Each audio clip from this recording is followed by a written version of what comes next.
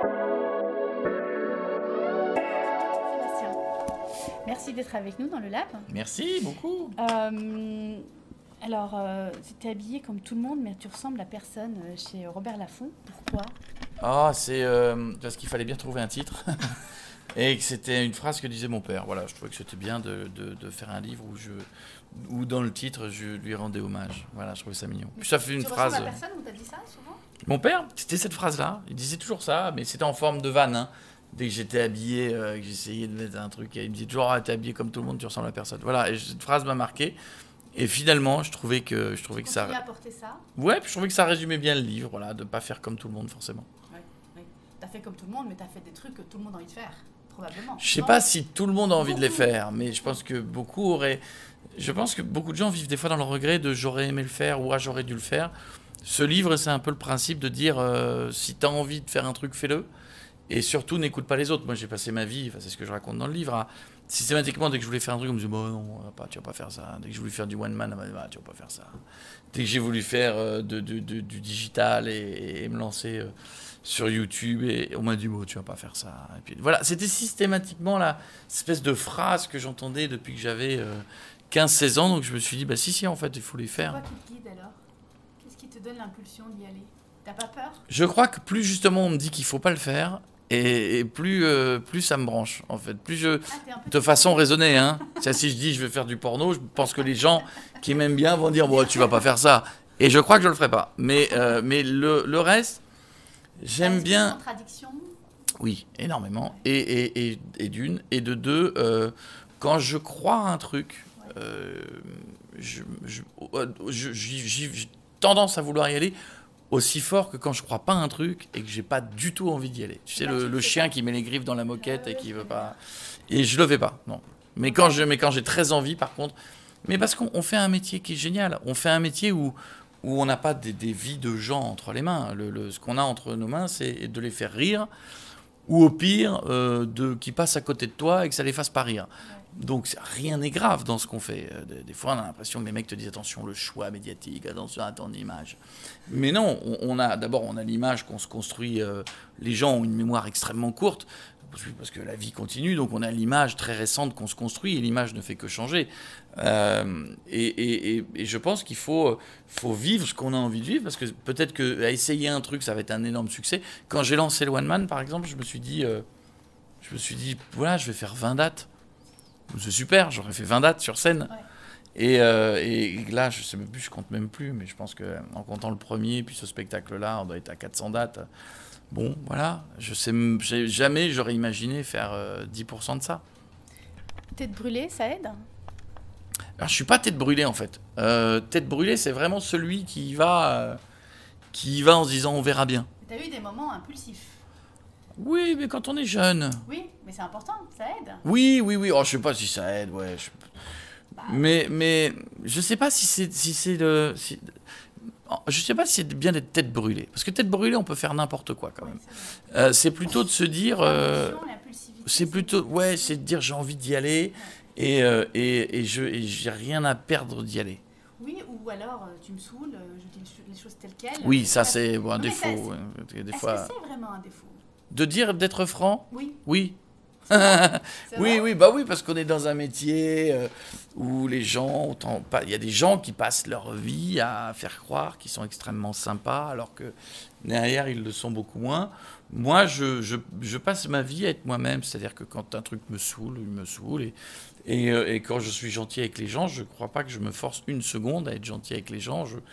Je sais pas, je pense que je suis comme je suis, en fait. Mais donc alors, ça t'a aidé d'être franc? Ça t'a aidé à avoir des relations ça que tu n'avais pas eues si tu avais pas Ça m'a aidé d'être moi-même, en fait. Je sais pas si c'est franc ou pas franc. Ça m'a aidé toute ma vie, c'est toujours ce que je me suis dit. Je me suis dit, c'est pas d'être un mec que t'es pas, et c'est pas de jouer un personnage que t'es pas, et c'est pas de montrer que t'es un type qui a super confiance en lui, alors que pas forcément tout le temps, et c'est pas de faire un mec qui a le trac, parce que ça fait bien de faire genre on a le trac avant de monter sur scène, alors que j'ai pas le trac avant de monter sur scène, donc on va pas le montrer.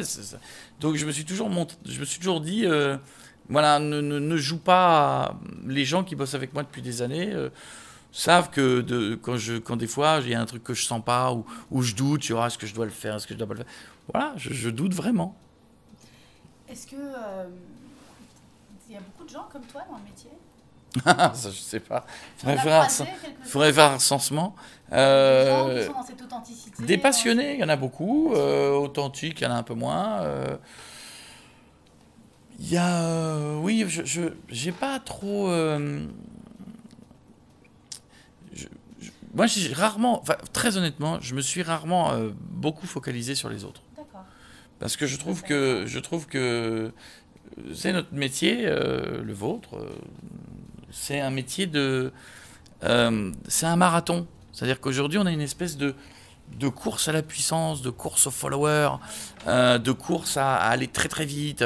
La vidéo la plus larmoyante pour les filles, c'est la vidéo où on est la plus cambrée sur la plage parce qu'il faut avoir un avec la bouche comme ça. Puis est-ce qu'on peut voir ma bouche et mon cul? Non, c'est très dur en même temps, mais je vais quand même essayer.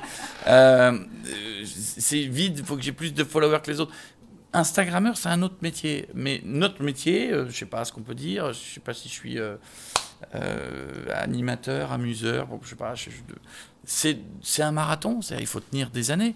Il faut tenir, il faut s'économiser, il faut se renouveler, il faut aller chercher un nouveau public. Comment tu as fait? Parce que Michel Drucker nous dit qu'il s'est économisé. Mais toi, avec l'énergie que tu as, comment tu as fait pour t'économiser? Bah, je pense que moi, je suis allé chercher... après Michel Drucker, Michel, c'est un intervieweur présentateur. Donc Michel, c'est encore un autre truc. Moi, j'ai joué beaucoup dans l'humour en plus. Donc l'humour vieillit mal. Tous les 5-6 ans, il y a une espèce de renouvellement dans l'humour. Donc c'est toujours de se dire, ok, alors on va plus faire ça parce que c'est ringard, on va essayer de faire ce nouveau truc-là. Ah, puis on va chercher un nouveau public. Bon, bah c'est génial. Donc voilà, c'est la chance que j'ai eue, c'est d'avoir des gens quand j'avais 20 ans ou même plus jeune, qui avaient 20 ans et puis qui en ont eu 40 quand j'en ai eu 40, et puis d'un seul coup les enfants sont arrivés, les enfants m'ont écouté, puis maintenant il y a les parents et les enfants, puis il y a des mélanges de souvenirs, il y a des gens qui me connaissent par la télé, des gens qui me connaissent par la radio, il y a des gens qui n'ont jamais vu une seule émission de télé, qui connaissent que par les réseaux YouTube, etc. Il y a des gens qui me connaissent que par Garfield. Ça c'est lunaire, mais ouais, c'est le mec qui faisait Garfield. Ouais, c'est le mec qui fait Garfield. Tu dis que tu regrettes le temps où finalement les médias c'était des saltimbanques qui régnaient et qu'aujourd'hui ça ressemble parfois à des hommes d'affaires qui font des choses raisonnables. Oui, alors c'est pas un regret parce que des fois on a toujours tendance à avoir des gens qui ont dit... C'est surtout pas c'était mieux avant. Oui. Surtout pas c'était mieux avant. Parce que ce qu'on fait aujourd'hui va quand même beaucoup plus vite, on a encore plus de moyens. Aujourd'hui on est propriétaire de nos médias. Moi j'ai la chance d'avoir 10 millions de gens qui me suivent sur tous les réseaux.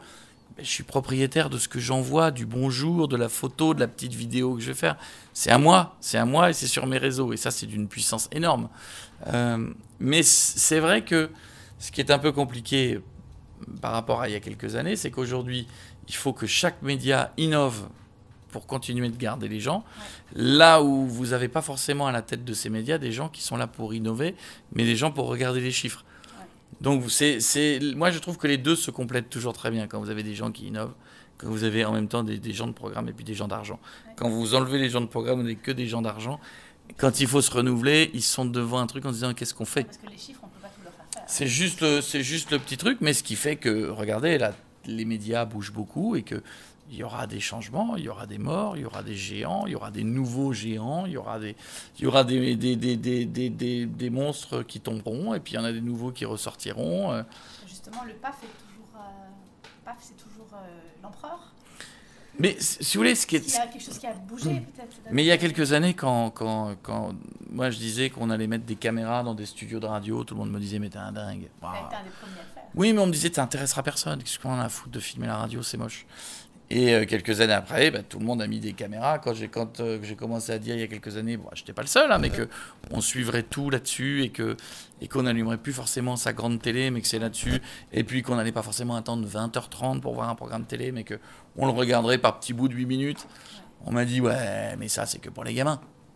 Les gamins, ils grandissent. Il y a des patrons de chaîne qui m'ont dit ça il n'y a pas si longtemps que ça. Ils m'ont dit non, mais ça c'est mais sur un public très jeune. Sauf que le public très jeune, il grandit et ça devient de plus en plus compliqué. Même nous, on le fait. Évidemment. Même nous, on n'est pas jeunes. Aujourd'hui, pour se taper un écran pub de 5-6 minutes, il faut vraiment avoir envie de ne pas regarder autrement sa série. C'est ça qui est... bonne, la pub. Ouais, ce qui n'est pas vraiment tout le temps le cas. On va pas s'étaler là-dessus. T'es un homme de radio ou télé ? De radio? Radio? Ah, j'ai un petit faible pour la radio. Oui, hein, on le sent. Parce que la radio, c'est un truc c'est un média qui continue d'être très présent, et que vous avez des moments de votre vie où la radio est encore très présente. Le matin, vous vous réveillez, même si vous aurez toujours des gens qui diront ouais, mais moi j'ai ma playlist maintenant. Mais la playlist, elle vous amène votre musique. Mais les artistes, ils vont pas vous faire un album tous les matins. À moins que vous ayez envie d'écouter votre playlist tous les matins. Auquel cas, on peut plus rien faire pour vous. Mais si en revanche, vous voulez vous marrer, que vous voulez tous les jours avoir un programme différent et tourner le bouton en vous disant qu'est-ce qu'il va me dire aujourd'hui, qu'est-ce qu'il va me raconter aujourd'hui, c'est quoi le délire, ça, vous l'avez que si vous tournez le bouton. C'est comme si vous voulez vibrer avec l'équipe de football de Belgique. Vous êtes obligé de tourner le bouton. Hein. Ouais, c'est bon. Ouais, vous êtes obligé de tourner le bouton pour dire qui va marquer ce soir et qui va mettre le but. Voilà. Il y a des trucs qu'on ne peut pas différer, en fait. Non, il y a des trucs, ça reste encore une magie. Et la radio a encore cette magie. On peut encore faire croire beaucoup de choses. On peut encore inventer des trucs un peu dingues. Moi, je suis toujours très étonné quand j'ai des gens ou des amis ou des gens proches de moi qui m'écoutent et qui me disent bah, « Attends, j'ai entendu un truc que tu as fait hier à la radio. » Mais c'est vrai, ça? Quand tu appelles et que le gars, tu lui fais faire ça, oui, c'est vrai, évidemment que c'est vrai. Et je me dis, mais c'est génial, ça veut dire qu'il y a encore des gens, on est en 2019, qui sont étonnés d'un truc qu'ils entendent à la radio avec encore un téléphone et un micro. C'est génial, ça veut dire qu'on peut encore inventer des choses. Juste ton métier, c'est ça? C'est de surprendre les gens? C'est de les amuser. Quand j'étais gamin, quand j'écoutais Coluche à la radio, c'était ça je me disais que mais on peut... T'en parles souvent. Ouais, parce que je me disais, mais on peut amuser les gens à la radio, alors on peut amuser. C'était ça qui me faisait marrer. C'était cette option de dire, ce principe de dire, est-ce qu'on peut amuser les gens dans des médias qui n'étaient pas très drôles. Parce que la radio, c'était pas très drôle. La télévision, on se souvient, c'est encore aujourd'hui très Madame, Monsieur, bonsoir. Il y a encore une espèce de lourdeur dans la télévision. On a l'impression que quand la lumière rouge s'allume, Madame, Mademoiselle, Monsieur, ce soir, nous recevons. Mais c'est flippant. Enfin, je trouve qu'il y a un truc dans la télé qui est crispant. Moi, j'en fais pas beaucoup. Voilà, mais c'est crispant. Mais ça n'a rien de crispant. C'est crispant parce que vous avez des gens qui vous donnent une façon de la faire qui est crispante. Si vous décidez de parler normalement aux gens... Comme le fait Cyril Hanouna. Oui, et puis nous, quand on a lancé la méthode Coé, on parlait normalement. J'avais la chemise au-dessus du pantalon. Et pas une seconde, je me suis dit, est-ce que ça se fait de dire salut plutôt que bonsoir madame, mademoiselle, monsieur? Et ça a cartonné. Je crois que les gens, ils aiment le naturel. Les gens n'ont jamais aimé le côté... Pourquoi on le fait alors? Parce que je pense que... Pourquoi les journalistes qui sortent tous d'une école de journalisme ont toujours cette façon de parler et ont toujours la même façon de finir leurs phrases? Parce que je pense qu'à un moment... parce que je crois qu'on leur dit, il y a une espèce de moule, et si tu veux trouver du boulot, va dans ce moule-là, c'est mieux quand même. Mais c'est jamais eux qu'on voit. Finalement, j'ai l'impression que dans ce métier...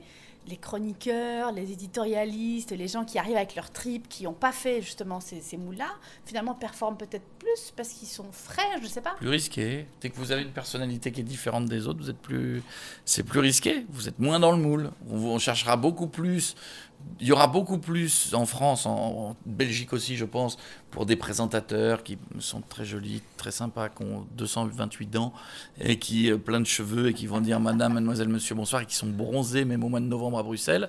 On leur dira, ce sera beaucoup plus facile pour eux qu'un mec qui a un physique moins facile, qui a tendance à faire des vannes et qui a un public un peu plus populaire, où un patron va dire oh là là, oui, mais est-ce qu'il va savoir? Que va dire le public? Après, quand les chiffres seront là... même pas, parce que tu expliques quand même qu'il y a des trucs qui ont été arrêtés alors que les chiffres étaient bons, et que pour d'autres, les chiffres étaient pas bons, mais on continue. C'est des mystères comme ça. Après, vous avez toujours des petits mystères, mais généralement, quand ça marche pas, ça dure pas longtemps quand même. Mais la méthode, elle a failli s'arrêter, parce que les 6-7 premières émissions, ça marchait pas, ouais. Il faut s'accrocher, mais... C'est pas s'accrocher. Alors moi, j'ai pas eu la sensation de m'accrocher. Je me suis dit, ok, c'est pas grave, je ferai de la radio. Et aujourd'hui, tu pourrais refaire, tu crois, ce que tu as fait? Ah non, faut jamais refaire 2 fois la même chose. Ça pourrait pas se refaire. Moi, ce que je fais aujourd'hui en radio, pour ceux qui sont... Des fois, je croise des gens qui sont ultra fans de moi et qui me remémorent des trucs, qui m'envoient des sons d'émissions de radio qui ont 15, 20 ans, qui me disaient, tu te souviens quand tu faisais les confessions, tu te souviens quand tu faisais...